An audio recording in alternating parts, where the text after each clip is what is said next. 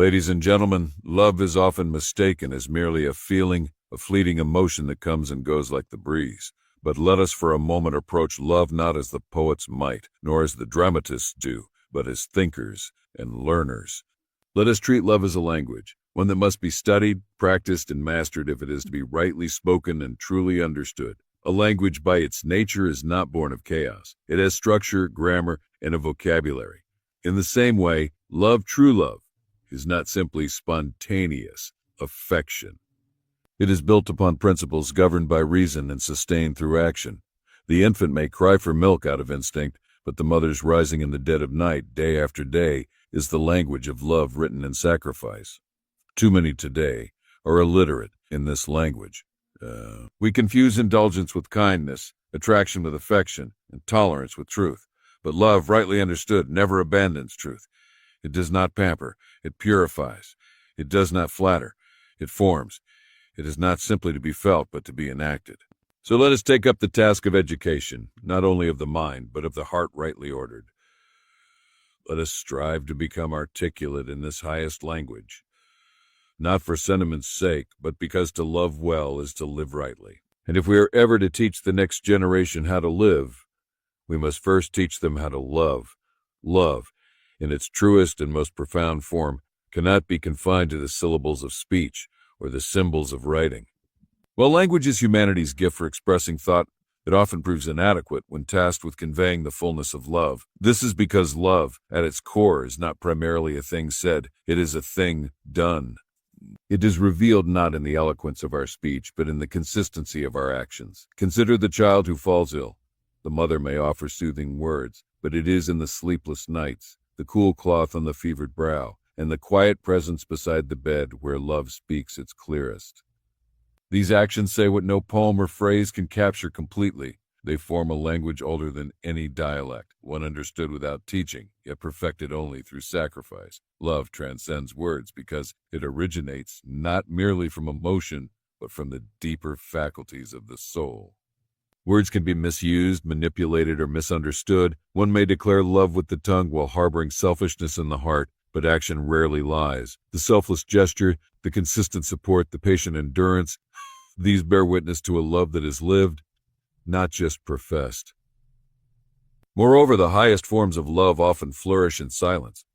There is a sacredness in the shared stillness between two people who understand one another without speaking. The presence of love does not demand constant affirmation. It rests in the certainty that one is known and cherished. In such moments, love communicates through presence rather than prose. In times of suffering, this truth becomes most apparent. The grieving do not need a clever turn of phrase. They need the firm hand, the shared tears, the quiet companionship. In these moments, words often stumble, but love does not. It moves beyond what is said and enters the realm of what is done and what is given, without asking in return. Even across cultural and linguistic divides, love finds a way to make itself known. A smile, a touch, an embrace, these are not bound by translation. They are universally recognized because they draw from the shared human experience. A parent comforting a child, a stranger helping another in distress, a friend choosing to forgive. These all speak the same language, even when no word is spoken. To say that love transcends words is not to say that words have no place in love. Indeed, a sincere expression of affection can be powerful, but the highest power of love is not in how it is said, it is in how it is shown. It is in the doing, the giving, the enduring, and the self-emptying. This is why love, when it is real, needs no interpreter. It translates itself in the language of action, echoing louder than any declaration. Across all borders, cultures, and generations, love remains the one language spoken and understood by all. It needs no interpreter, no formal education, and no common vocabulary. From the cradle of civilization to the most modern cities, love is instantly recognizable in the touch of a hand, the glance of care, the sacrifice of self. It connects people who share no other form of communication because its essence speaks directly to the soul. From the beginning of human history, civilizations have varied in language, customs, and beliefs, yet all have recognized the power of love between parent and child, between friends, between lovers, between communities. A mother's devotion, a friend's loyalty, a stranger's compassion in a moment of crisis, All these are familiar experiences that require no translation. This is because love is not bound to culture. It is rooted in the human condition. What makes love universal is not its form, which can vary widely across societies, but its intention, the desire for the good of the other. While customs may dictate how love is expressed, the impulse to give, to care, to protect, and to sacrifice is the same. A parent in a remote village and one in a modern metropolis may dress, speak, and live differently, but both understand what it means to put their child's well-being above their own. This is the grammar of love in action, shared across all nations. Even in the animal kingdom, traces of nurturing instinct hint at love's universality. But in human beings, this goes further into conscious, chosen love. The ability to love another, not only from emotion but from will and moral responsibility, is a uniquely human trait. And though people may belong to different tribes, faiths, or social systems, love consistently calls them beyond division and toward unity. In times of disaster or great need, people often come together without asking about background or belief. Whether rescuing a stranger from danger or offering aid across continents, these acts reflect a shared understanding that transcends ideology. Love motivates acts of courage and mercy that make no sense in terms of self-interest, but every sense in terms of humanity. In those moments, people are not divided by their languages. They are united by their love. Furthermore, art, literature, and music throughout history bear witness to the fact that love is the most explored, most expressed, and most resonant theme in every culture's creative tradition. Whether it is ancient poetry, sacred texts, or modern cinema, the theme of love remains central because it speaks to something foundational in all of us. Ultimately, the universality of love reveals something profound, that despite all our differences, we are deeply the same, where it matters most. Love is the thread that weaves through the fabric of every human life. It is the one language that the heart understands before the mind can explain it. When most people speak of love, they often refer to a feeling, a surge of affection, a warmth of emotion, a kind of magnetic pull toward another. While emotion is a part of love, it is not its foundation. Feelings come and go, rise and fall like the tides. They are powerful but unstable, sincere but fleeting. If love were only a matter of emotion, then it would vanish the moment circumstances became difficult. But real love, true, lasting love, is far deeper. It is not only felt, it is chosen. It is not only experienced, it is willed. True love begins in the intellect and is secured in the will. This may sound strange in a culture that defines love by passion and spontaneity. But any love worth having must be grounded in more than impulse. The intellect discerns what is good, what is worthy, what is worthy. It sees the dignity in the other person. And the will takes that knowledge and says, I will pursue your good, not for my benefit, but for yours. That is love in its mature and highest form. This is why love often requires discipline. The lover who makes a promise on a wedding day may feel overwhelmed with joy in that moment. But it is not the emotion that sustains the promise. It is the decision to be faithful, even when emotions fade. The parent who cares for a child day after day is not driven solely by warm feelings. Many days are exhausting, thankless, or even heartbreaking. But the commitment of the will holds steady. Love that endures must go beyond how we feel and rest on what we choose.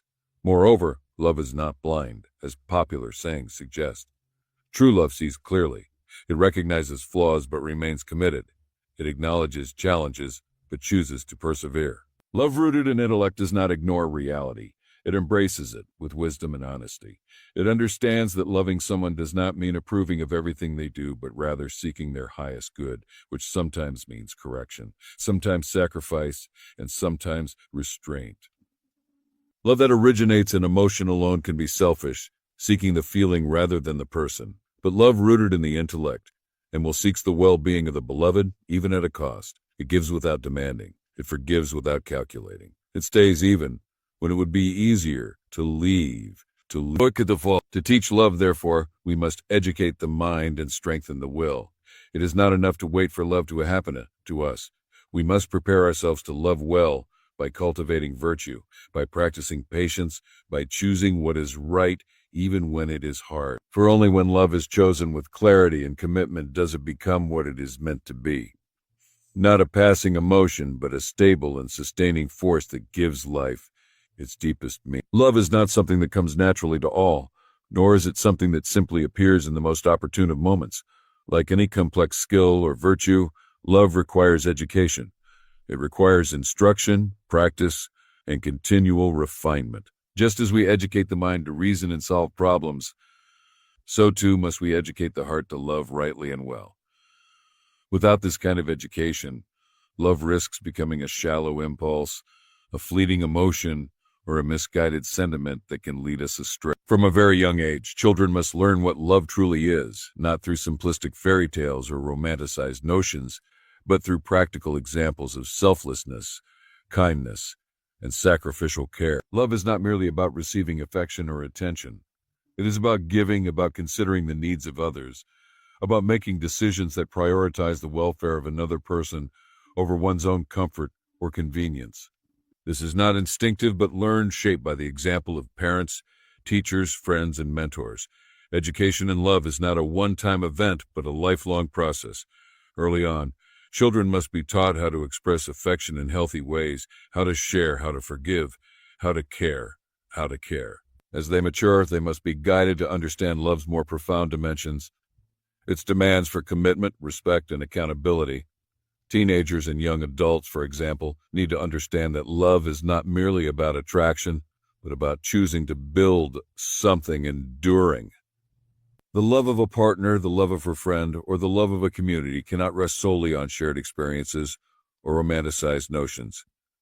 It must rest on the deep recognition that love is a choice made daily, a commitment that grows stronger with time. In the adult years, education and love continues. Relationships mature, and so too must the understanding of love's demands. Parents raise children, partners build lives together, and friendships are tested by distance and difficulty. In all of these instances, love requires the education of the intellect and will. One must understand what it means to be selfless, what it means to practice patience, and what it means to prioritize the good of the other, even when it is hard. Love is, at its core, a discipline that calls us to transcend our self-centered desires in favor of a higher, more enduring good.